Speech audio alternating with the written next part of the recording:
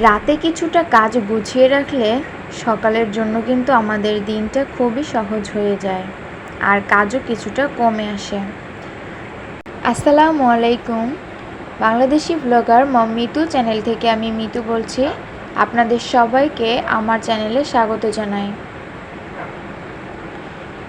যেখান থেকে আমার ভিডিওটা দেখছেন, আশা করছি আল্লাহর রহমতে সবাই ভালো আছেন, সুস্থ আছেন। আলহামদুলিল্লাহ, আমরাও খুব ভালো আছি। আজকের এই ভিডিওটার শ্যুট আমি নিয়েছি রাত থেকে। রাত্রে আমি কিভাবে অনেকটা কাজ গুছিয়ে রাখি সেটাই আপনাদের সঙ্গে আজকে শেয়ার করব। আশা করছি আপনাদের কাছে আজকের ব্লগটা ভালো লাগবে, তো পুরো ব্লগটা দেখতে থাকুন। আর যদি কোনো অংশ ভালো লেগে যায় তবে চ্যানেলটা সাবস্ক্রাইব করে রাখবেন, পাশে থাকা বেল আইকনটি প্রেস করে দেবেন। আর এই তো আমি রাতের বেলা সকালের জন্য নাস্তা বানিয়ে রাখছি। রুটি ফ্রোজেন করে রাখবো আমি। তার জন্য এখানে বেশ খানিকটা আটা আমি মেখে নিয়েছি, আর এটাতে আমাদের 2 দিনের রুটি হয়ে যাবে।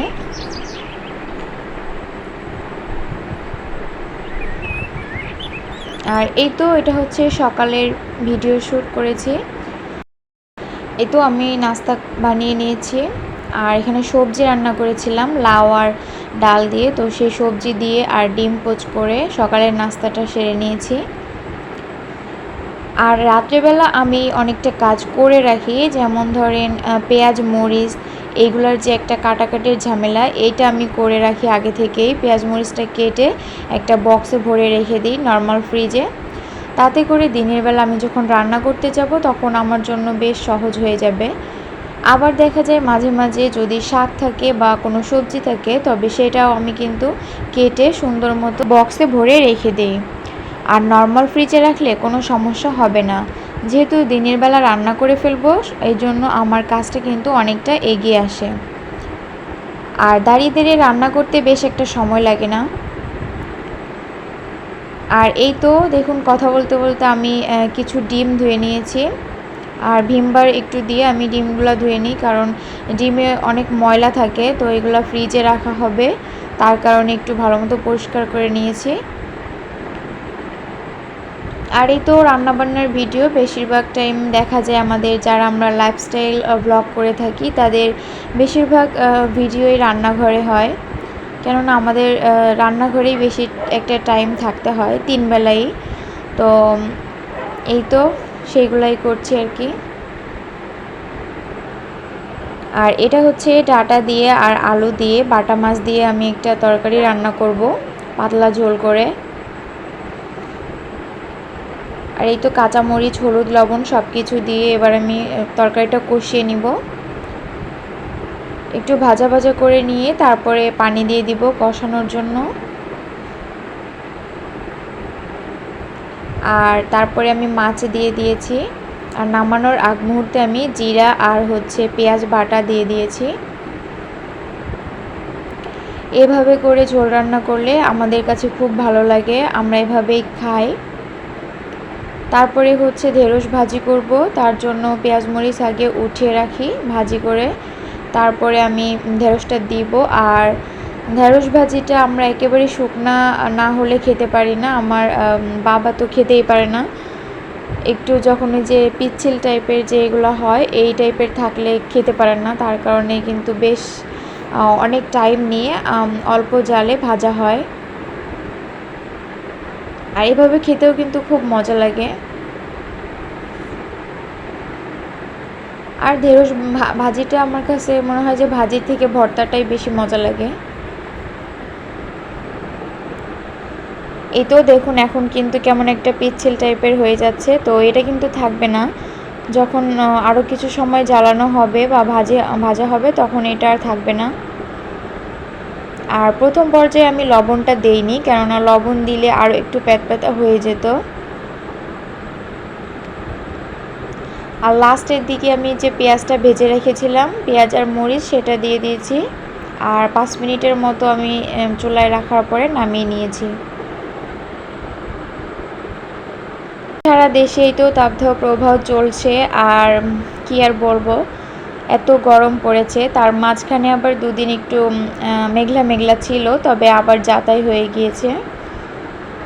আর এখানে আম মাখানো হয়েছিল, তো আমটা খাচ্ছি, তবে আমার অতটা টক পছন্দ না। আর ওর মধ্যে একটু চিনিও দেওয়া হয়েছিল। তারপর একটু লেবুর শরবত বানিয়েছিলাম সবার জন্য, তো আমিও একটু খেয়ে নিলাম। রান্নাবাড়া করার পরে আমি কিছু কাপড় ছিল সেগুলাও ধুয়ে দিলাম। আর এই তো বেলকনি থেকে কিন্তু বেশ ভালো একটা পরিবেশ দেখা যায়। আর এটা কিছু জামা কাপড় আগের দিনে ধোয়া ছিল, তো সেগুলা উঠিয়ে এনেছি আর এগুলা গুছিয়ে নিচ্ছি। তারপরে আমি দুইটা বেডরুমই গুছিয়ে নিব। আর বিছানা যদি পরিষ্কার পরিচ্ছন্ন থাকে গোছানো, তবে কিন্তু পুরোই মনে হয় বাসাটা পরিষ্কার আছে। তো সেগুলাই প্রতিদিনের কাজ, এগুলো তো বাদ দেওয়ার কোনো চান্সই নেই।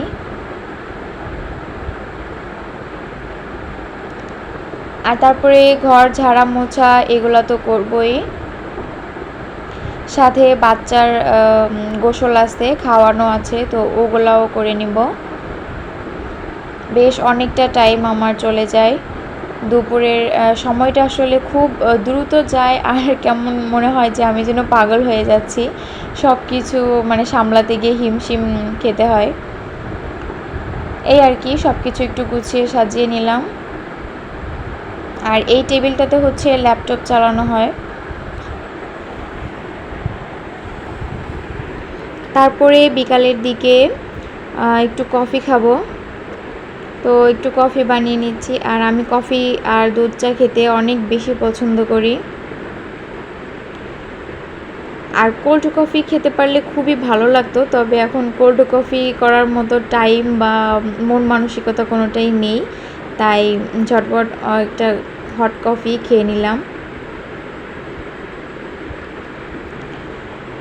আর আমার ভিডিওগুলো আপনাদের কাছে কেমন লাগে সেটা কমেন্টের মাধ্যমে জানাবেন আমাকে।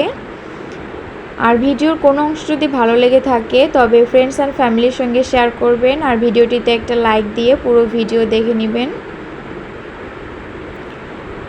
বিকালবেলায় তো একটু বাইরে বের হয়েছিলাম, তো হাঁটাহাঁটি করছিলাম মেয়েকে নিয়ে। বাইরে গেলে কিন্তু একটা ভালোই লাগে, আর মেয়েটা আমার খুব খুশি হয়, কেননা অনেক জিনিস পশু পাখি দেখতে পায় আর গাছপালা, তো এগুলা অনেক বাচ্চাদের দেখতে পায়, তো ওর কাছে খুব ভালো লাগে।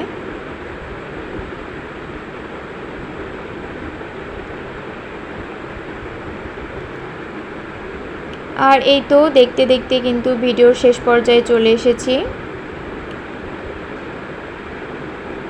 নিচের ভিউটা কিন্তু খুব ভালোই ছিল। আর এখানে কিন্তু অনেকে হাঁস মুরগি পালন করে, হাঁস মুরগি না, শুধু এখানে গরু ছাগল সবই পালন করে। দেখা হবে অন্য কোনো নতুন ভিডিওতে, সে পর্যন্ত সবাই ভালো থাকবেন, সুস্থ থাকবেন। আল্লাহ হাফেজ, আসসালামু আলাইকুম।